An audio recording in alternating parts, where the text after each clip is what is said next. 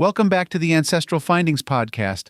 Join me today as we uncover the dramatic story of Franklin Pierce, the 14th President of the United States. Discover how this leader faced fierce national divisions, the infamous Kansas-Nebraska Act, and personal heartbreaks.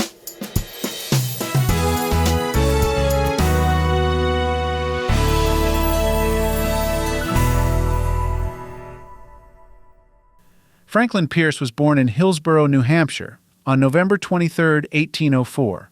He was the sixth of 8 children born to Benjamin Pierce, a Revolutionary War veteran and later governor of New Hampshire, and Anna Kendrick Pierce.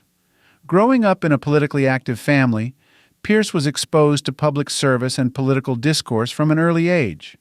Pierce attended local schools and later enrolled at Bowdoin College in Maine, where he formed lifelong friendships with future literary figures Nathaniel Hawthorne and Henry Wadsworth Longfellow. After graduating in 1824, Pierce studied law and was admitted to the New Hampshire bar in 1827, establishing a successful legal practice. Pierce's political career began in the New Hampshire House of Representatives, where he served from 1829 to 1833, eventually becoming Speaker of the House.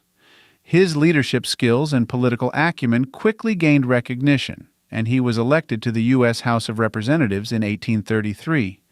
Pierce served in the House until 1837, when he was elected to the U.S. Senate. As a senator, Pierce strongly supported President Andrew Jackson and his policies, including Jackson's stance against the National Bank and his advocacy for states' rights. However, Pierce's time in the Senate was relatively uneventful, and he resigned in 1842 to return to private law practice, citing his wife's health and desire to spend more time with his family. Despite his retirement from national politics, Pierce remained active in Democratic Party affairs and was a vocal advocate for the party's platform. He served as a brigadier general in the Mexican-American War, although his military service was marred by injuries and illnesses that limited his effectiveness. Nevertheless, his participation in the war bolstered his reputation and increased his national visibility. In the tumultuous election of 1852, the Democratic Party was deeply divided over slavery and sectional tensions.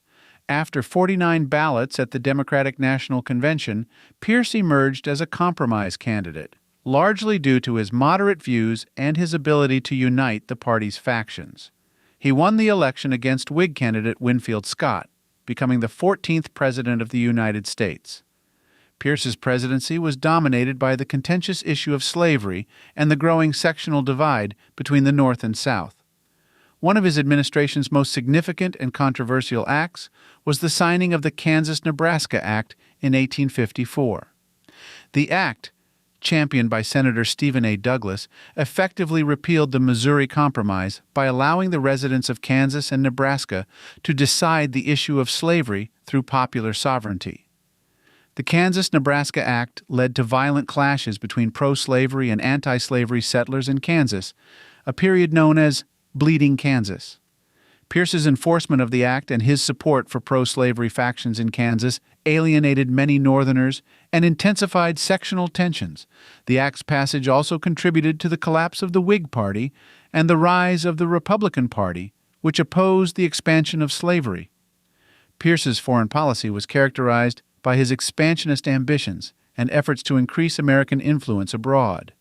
As part of his vision of manifest destiny, he sought to acquire new territories, including Cuba and parts of Central America. In 1854, Pierce's administration negotiated the Gadsden Purchase, acquiring land from Mexico that facilitated the construction of a southern transcontinental railroad route. However, Pierce's attempts to acquire Cuba through the Ostend Manifesto, a secret diplomatic proposal, backfired. The manifesto, which suggested that the United States should take Cuba by force if Spain refused to sell it, was leaked to the press and provoked outrage in the North, further straining sectional relations. Franklin Pierce's personal life was marked by profound tragedy. He married Jane Means Appleton in 1834, and the couple had 3 sons, all of whom died young. Their first son, Franklin Jr., died in infancy. Their second son, Frank Robert, died at the age of 4 from typhus, and their third son, Benjamin, died in a train accident just weeks before Pierce's inauguration. The loss of their children deeply affected both Franklin and Jane Pierce, casting a shadow over his presidency. Jane Pierce, known for her fragile health and melancholic disposition, largely withdrew from public life during her husband's presidency. Her grief and depression left Franklin Pierce without the support of a close partner, adding to the challenges he faced in office. One of the notable achievements of Pierce's presidency was the Gadsden Purchase in 1854. The purchase involved acquiring 29,670 square miles of land from Mexico for $10 million, facilitating the construction of a southern transcontinental railroad. The acquisition expanded U.S. territory and improved transportation routes, although it did little to alleviate sectional tensions.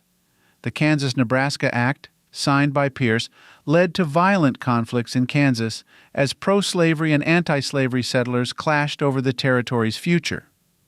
This period of violence, known as Bleeding Kansas, highlighted the deep divisions within the country and foreshadowed the coming Civil War. Pierce's handling of the situation and his support for pro-slavery interests further polarized the nation. Franklin Pierce's presidency is often viewed as one of the least effective in American history, largely due to his failure to address the escalating sectional tensions and his support for policies that exacerbated the divide over slavery. His signing of the Kansas-Nebraska Act and his enforcement of the fugitive slave law alienated many in the North and contributed to the rise of the Republican Party. Despite the controversies of his presidency, Pierce's expansionist policies and efforts to strengthen American influence abroad had a lasting impact. The Gadsden Purchase facilitated westward expansion and improved transportation infrastructure, while his attempts to acquire new territories reflected the era's ambitions of manifest destiny. After leaving office in 1857, Pierce retired to his home in Concord, New Hampshire. His later years were marked by personal struggles and continued involvement in public affairs. He remained a staunch Democrat and criticized the policies of his successors, particularly President Abraham Lincoln's handling of the Civil War. Pierce's opposition to the war and his pro-Southern sympathies further damaged his reputation in the North. Pierce's wife, Jane, died in 1863, deepening his sense of isolation and grief. Franklin Pierce himself passed away on October 8, 1869, from cirrhosis of the liver, likely exacerbated by his long-standing struggle with alcoholism. Franklin Pierce's life and presidency provide a complex and often tragic portrait of a leader who faced immense challenges during one of the most turbulent periods in American history. From his early political successes to his troubled presidency and personal losses, Pierce's story is a reflection of the nation's struggles with sectional tensions and the issue of slavery.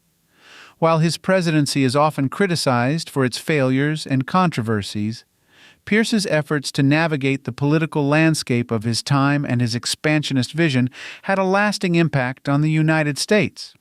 His administration's policies and decisions contributed to the conditions that ultimately led to the Civil War, making his tenure a significant, if contentious, chapter in American history.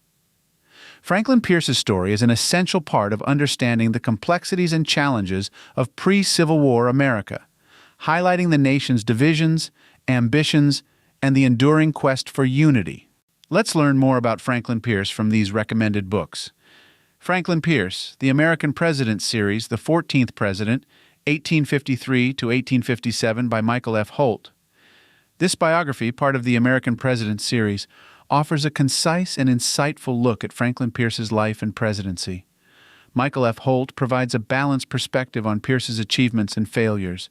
Franklin Pierce, New Hampshire's Favorite Son by Peter A. Wallner.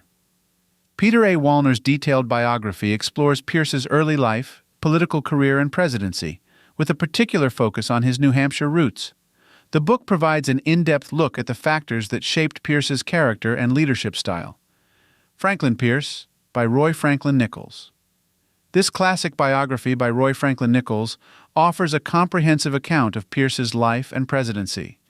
The book delves into Pierce's political philosophy, his personal struggles, and his impact on American history. Young Hickory of the Granite Hills, Franklin Pierce, by Roy Franklin Nichols. Another work by Roy Franklin Nichols, this biography provides a thorough exploration of Pierce's life, emphasizing his New England background and his rise to national prominence. It's an excellent resource for understanding the broader context of Pierce's presidency. Franklin Pierce, Martyr for the Union by Peter A. Wallner. This book focuses on Pierce's presidency and his efforts to maintain the Union during a period of intense sectional conflict. Peter A. Wallner offers a detailed analysis of Pierce's policies and the challenges he faced while in office.